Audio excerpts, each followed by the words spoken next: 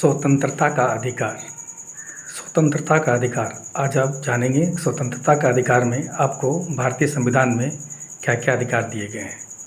सबसे पहले हम जानेंगे व्यक्तिगत स्वतंत्रता का क्या क्या मतलब होता है, यानी व्यक्तिगत स्वतंत्रता के अधिकार के तहत हमें कौन कौन से अधिकार प्राप्त हुए हैं जिससे आप समझते हैं पर्सनली आपको क्या क्या अधिकार हैं।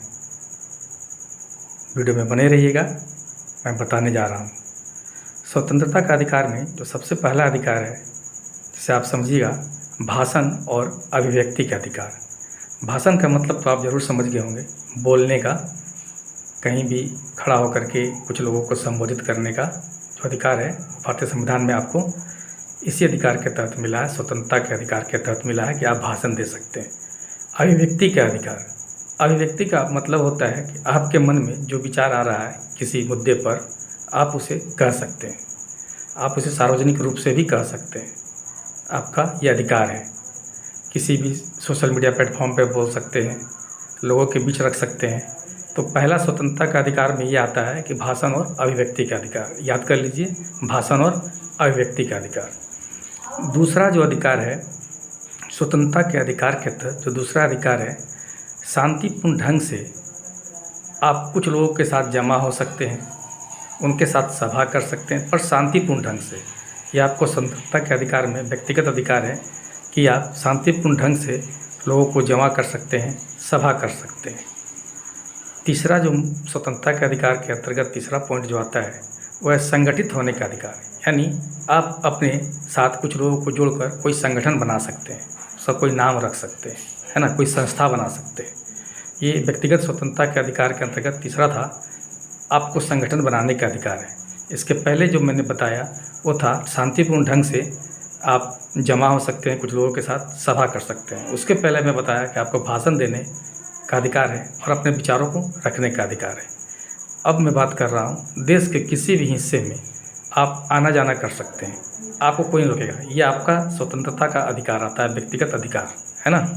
उसी प्रकार देश के किसी हिस्से में जा कर के आप घर बना सकते हैं, बस सकते हैं, रह सकते हैं। ये भी आपके व्यक्तिगत स्वतंत्रता का अधिकार में ही आता है। स्वतंत्रता का अधिकार जो हमारा मौलिक अधिकार है, उसके तहत ही आता है।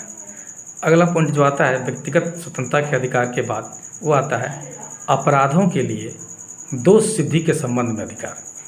अगर कोई अपराधी है, अपराध करता है, तो उसको दोष सिद्धि करने के संबंध में कुछ अधिकार दिए गए हैं। उसके बारे में विस्तार से भी बातें होगी अगले वीडियो में। इसके बाद है जीवन की रक्षा।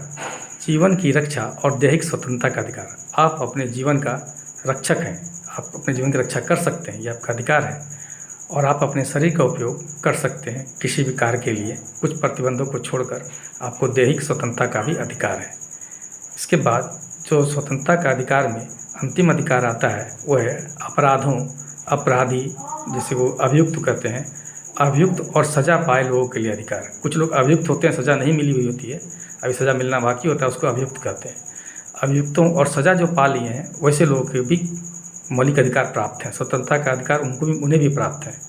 कुछ बिंदुओं पर वो भी स्वतंत्र हैं, सज़ा पा रहे हैं, पर कुछ बिंदु पर वो भी स्वतंत्र हैं। स्वतंत्रता का अधिकार उन्हें भी प्राप्त है। तो एक बार मैं रिपीट कर देता हूँ ताकि आपको दिमाग में आ जाए, फिर से दोहरा लें। स्वतंत्रता का अधिकार में क्या क्या आता है। पहले व्यक्तिगत स्वतंत्रता आती है, जिसमें भाषण और अभिव्यक्ति का अधिकार है। भाषण और अभिव्यक्ति यानी विचार रखने का, भाषण देने का।